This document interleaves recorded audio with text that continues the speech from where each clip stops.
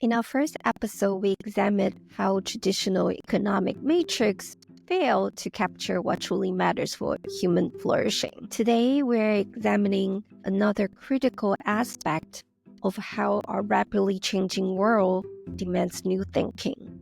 Even though people are living 30 plus years longer than a century ago, we still cling to outdated assumptions about when someone's most innovative or productive years should be. Let's think about this. The notion that entrepreneurship and innovation primarily belong to the young isn't just limiting individual potential, it's hampering our ability to solve complex challenges that require both technical knowledge and deep experiential wisdom. When we signal to experienced professionals that their time for bold ventures has passed, we are depriving society of crucial perspectives needed to solve the complex challenges of our time. This conversation explores something fundamental about human flourishing: our capacity to grow, contribute, and solve meaningful problems throughout our lives.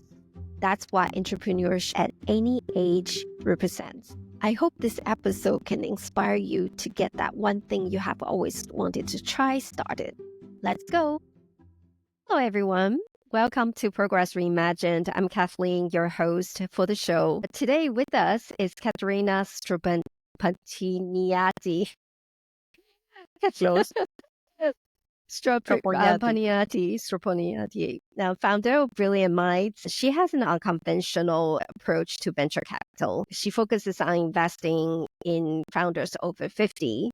And by doing so, she challenges an age-related stigmas in entrepreneurship. And I think that's very, very interesting. And let's ask Katerina some questions. Welcome, Katerina, to the show. Hi, thanks for having me. First off, tell me a little bit about something in your field that people believe that's true, but it's actually not true. Yeah, that's a good question because this is something that I face almost every day since I launched Brilliant Minds. And actually, I noticed that the majority of people think that as you get older, you become slower, less sharp, or whatever, and you don't want to work, or you don't understand new technologies. And I hear that every day, which is not true. I actually see the exact opposite with the founders that send me on Brilliant Minds. And I don't know where this bias came from. And most probably it's the glorification of youth in general, and especially in Silicon Valley the last 30 years. So this is something, that I face every day, but the reality is not that. And that's actually something that I'm trying to bring in front. And the founders actually, as you get older, you actually become better, not worse. Because if imagine the belief based on that is that 20-year-olds today, the founders that they're 20, 25 today, that as they get older, they become worse as they age. So pretty much that's what the society is saying, which doesn't make sense, right? Right. You become better, more experienced. So this is this is something that I face every day, unfortunately. That's such a new perspective on things, because we met when you're still kind of specializing, investing in blockchain space, and that's kind of a space pretty much dominated by founders in their 20s or 30s, if not younger. So tell me a little bit about your journey. What inspired your transition from investing in blockchains to focusing on age-diverse venture investing? Yeah, actually, it's not that I left from the space, because Okay. there are many, in terms of that, there are many founders over 50. They're actually building on the blockchain solutions and technologies on the blockchain technology.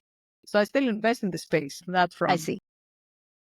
And actually, I'm gonna reveal that for the first time that my second investment on Brilliant Minds is actually on blockchain and AI. So what made me actually come with this concept and this thesis is that, in first place, I had so many signals. In first place, it was my previous fund where I saw, as you mentioned, that majority of the founders that they would pitch me were below a certain age, let's say average age 30 less. Mm-hmm. And then even like majority actually were like 2022, fresh out of college, the usual, the playbook. And then if the few founders over 50 that they would pitch me, they had amazing talent. They had amazing experience and clarity of and deep knowledge of their industry. And I was wondering why I don't see more of those. Where are they? So as everybody believes, everybody thinks that they don't exist. That's why you don't see them. But I didn't believe that. I thought that they exist. Where are they going as they get older? So why we don't see them? So, and then I invested in actually two founders over 50 with my previous fund. And both of them, they became very successful. And the features that they made them successful was one, deep knowledge of their industry, and two, a great network. So they Mm-hmm. had the ability to form partnerships on their space early on, fast. And, they know how to do it. And that saved them time and money, and of course, made them unicorns. And of course, they have other features that I noticed throughout their journey, which is like they have them, maturity actually to hire, how to communicate, better management skills. So they have some features that are very rare and that they're very crucial to become successful. So that was the first signal. And then after a few years, like I got into the longevity space and I noticed it's a fast growing market, one of the fastest growing market, but everybody thinks of longevity as drug interventions and chemical drugs and supplements. But if you think about it, longevity is something bigger than that. It's an umbrella for many other things. But briefly, the longevity market is the market. Why it's growing? Because the population is growing. And it's actually how, we evolve as human beings based on, how our society evolves right now, technology, AI, and how we grow and what we want to become. So the 50-year-old 30 years ago was a completely different person to the ones today. Today, the 50-year-old, the 60-year-old individuals are they're forming lives. They want to be trendy. They want to have their own lifestyle. They want to be athletic. They want to be healthy. They want to keep evolving, contributing. So but at the same time, our societal framework is so outdated. Everything is built on, as you get older, getting older means decline, means you become a liability. But that's not the case anymore. And actually, if you think about it, the longevity space started from the older, not the younger. And it spread out to the mainstream, to the younger population from the older. So it's pretty much one of the first trends that we see starting from the older. And we're going to see more of that. It's the first sign that the older are consumers. They actually form and they are going to form the next trends and cultures in our society.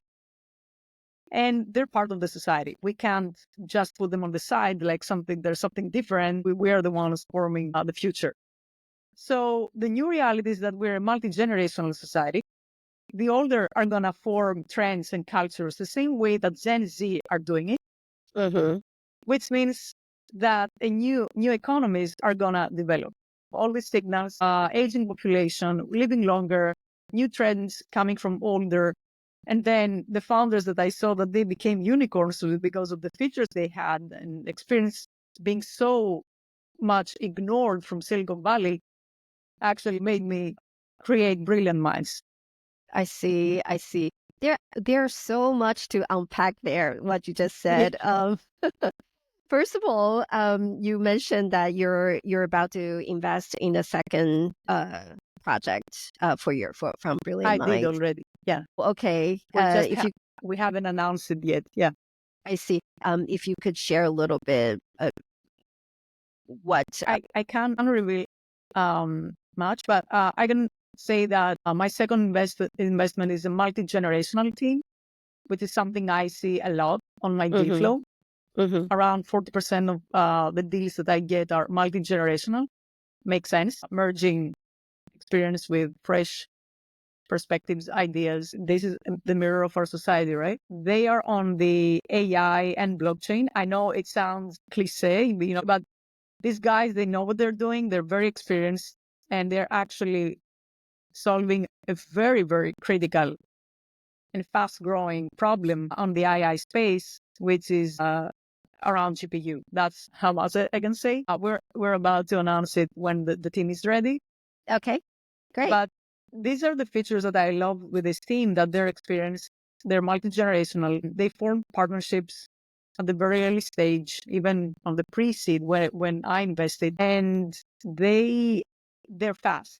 A majority thinks that, why are you messing up with old founders? They're so slow. No, that's not the reality. They're fast. They're very fast. Faster than younger, actually, because they Wow. know what they're doing, so they have more confidence I see. on how to do things. Okay. Okay, great. And another thing you mentioned earlier is longevity. It is indeed one of like as you said, it's the first kind of a trend that's starting by the older people. And if you can tell us more about that, it's something that we haven't seen before, I suppose.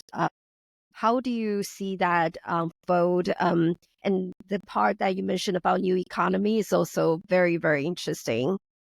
Yeah, if you think about it, Strava, if you remember the sports in general, there was a wave like 5, 10 years ago with all the sports wearable devices that actually grew exponentially throughout the years because of the development on the sensors and the technology in general. If you think about it, Strava actually, it was a sports application. It started from the older individuals. If I remember well, the majority of the users of Strava were 45 plus, but they wanted to, start tracking, their activities outside. And it started, the trend that you should take care of your health as you grow older. All these applications actually capture this market and this need. And this is what we see. Health is actually, it's the new asset. That's why longevity is growing. And as you get older, this is something that is becoming more and more important. You want to be healthy, but why? Because you want to keep contributing, to be part of the society, to continue, what you're doing, Mm-hmm. to evolve, keep learning. So these are the things that I'm calling them the modern humans or brilliant minds, that, the features that they have. They don't want to just retire and go to Miami. They want to be useful, keep learning, be part of the society. And in order to do that, both your brain and your body, they have to be healthy. Right. So it's part of the holistic way of thinking of how we develop as human beings as we get older. So the new economies that they're going to come because of that are, one, of course, is longevity, something that we see now. It's, again, it's one of the fastest growing markets.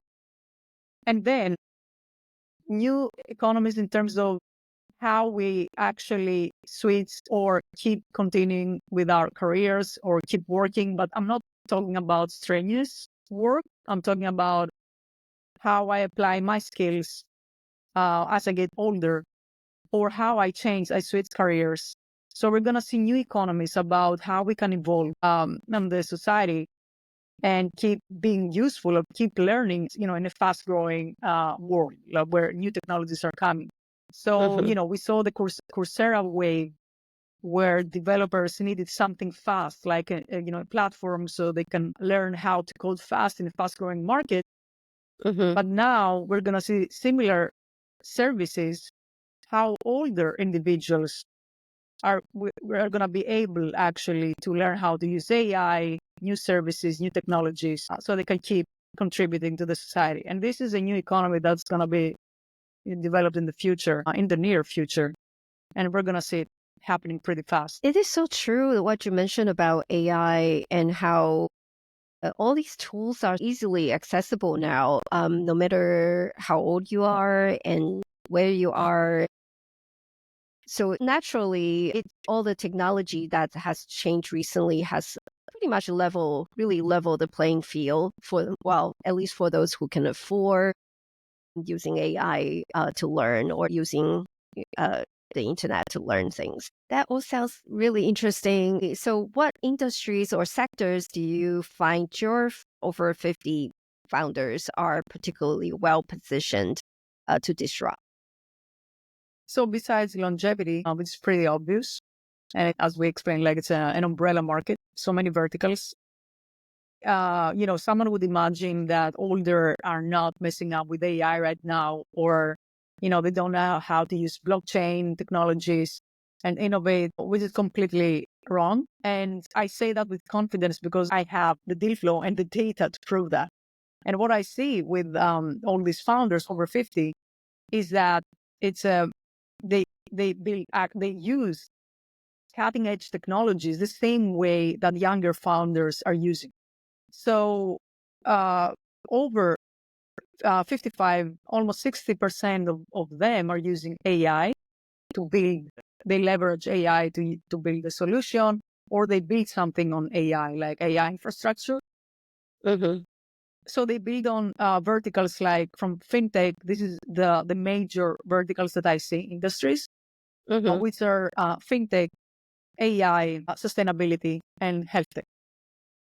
And of course, this doesn't mean that I don't see deals on e-commerce or even applications, consumer applications, but the majority are on these verticals. And it makes sense because these are verticals actually that you have to understand your industry in order to build a solution, right? Mm-hmm. And majority of the founders that they send me on Brilliant Minds, they are serial founders. Around 70% of them, they had built a startup before, or Mm-hmm. several startups in the past. Mm-hmm. And the rest, like 30%, are they had an amazing career in big companies or other startups in the past. So Mm-hmm. they identified the problem and now they're building a solution using leverage technology like AI or blockchain. So the deal flow is not boring at all. I see many interesting stuff. Again, I launched 6 months ago, seven, Right. and I already invested in two companies. And without doing that in purpose, both of the companies have female founders. So one of them is the CEO, and the second one is the COO. So that's not, a coincidence.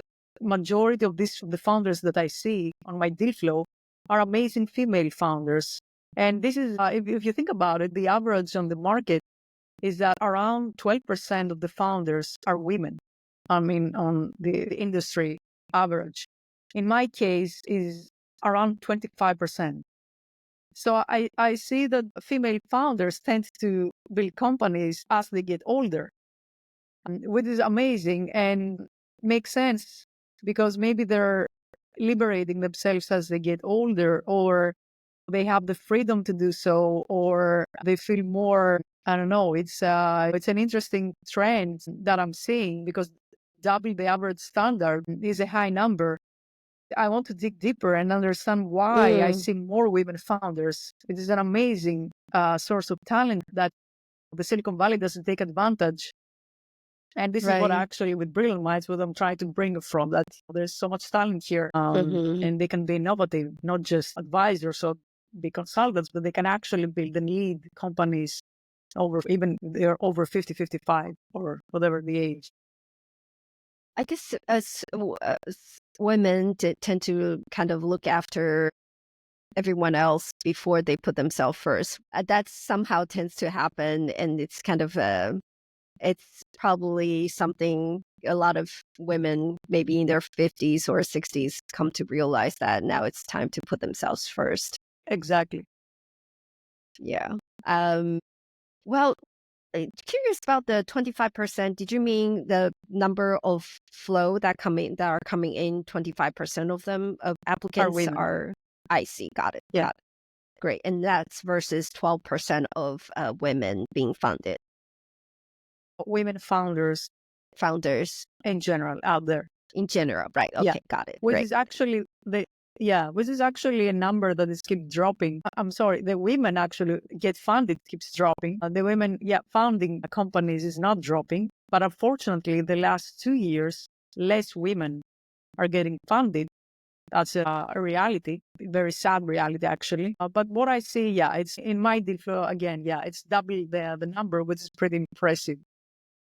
And Yeah. it's a phenomenon that actually need to dig deeper, and find out why this is happening and how Right. we can leverage this. What are the tools we can give them so we can encourage more women to do so? In terms of age diversity and gender diversity, it's just so important to kind of broaden that perspective, right? In terms of investment, from investment point of view, when it comes to like designing a product, I guess if there's a female designer, she probably wouldn't design a door that's very heavy to push through, right? So I think it's as simple as that. Yeah. There are many. In general, though, I see, again, there's so many biases out there. In first place, the two founders that I invested, one of them, she's an expert on the e-commerce space. And she had an amazing career working in big companies to smaller startups. And she didn't actually needed to have technical skills to build her startup. And this is a phenomenon that we're going to see growing and growing, and this is one of the catalysts of why we're going to see more founders over a certain age, older founders actually building startups. Because with AI, coding is becoming a commodity. So if you think about it, Silicon Valley Mhm. glorified youth on 2000, 2010 until now, because you had to be a developer to build a startup. That was Right. the right. That was the narrative. And that was Mm. because, it was all about, building websites and then building, smartphone applications and then building the cloud technologies and then the cloud and everything until AI. It's the most common question that I get, but they're not technical. In first place, there are many technical founders over 50. It's not true that they're not technical, because if you think about it, when the web came out, they were 25-year-old. So Right. they lived the whole web development and smartphone boom. So many of them are highly technical. Even if they're not technical, I think this mindset is so 2010. And whoever doesn't understand it, like from investors to founders, they're going to be obsolete pretty soon. Because Mm. there's so many tools right now. The whole AI is happening in that front. And we have like from Anthropic to Bubble to Airtable. There's so many applications out there, and we're going to see more where they can actually, providing services for no coding, building applications without needing to code at all. And this is going to be the new standard. So if you think that you need a developer to be at the center and be the founder, you most probably are betting on the wrong startups. The new skills are a great communicator, how you communicate with the machines and how you communicate with your team members, deep clarity of your industry. And then, of course, having the patience actually and build things that, that last. It's not about the trends. It's about how you create impact at some point. Right. And these are the features that as you get older, these are the things, this is how you develop as human. And this is the things that you're going to build. So again, you don't have to be a developer to be at the center. The new founders, a new type of founders, they're going to be great communicators, and they have to have deep understanding of, their market. There's a huge, market that is opening here. We're going to see diversified founders jumping into the space and building new solutions. The stereotype, you have to be 20 with a hoodie, building a startup. It's gonna be more funny. So it's gonna be like, I mean, to think even about it. Right. Right. In a sense, there's a lot of concerns about the rise of AI, how that's going to put a lot of people out of jobs. But what you say now is, in a sense, that AI actually liberates some of the people that are creative and wanted to do something special. Yeah, exactly.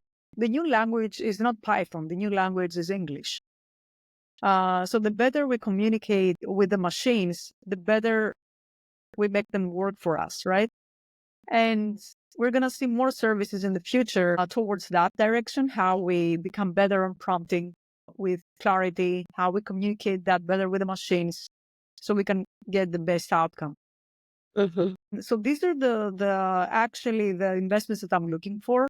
So in general, the fastest growing market right now is AI and longevity. And of course, AI brings so many verticals, including energy, because we have to solve the GPU problem. The high demand is bringing a problem in the space, and we need more GPU processing and better GPU management, which means we need to innovate on the energy sector. So this opens new verticals. And these are actually, the new trends that we're going to see on 2025. AI is actually bringing new jobs, and we have to get over that. We're losing, but we have to adapt and actually grasp the new opportunity. And of course, yeah, it's enabling, liberating, as you said, that's a very good word. Liberating many soft skills, people with soft skills to actually get into the space and provide value.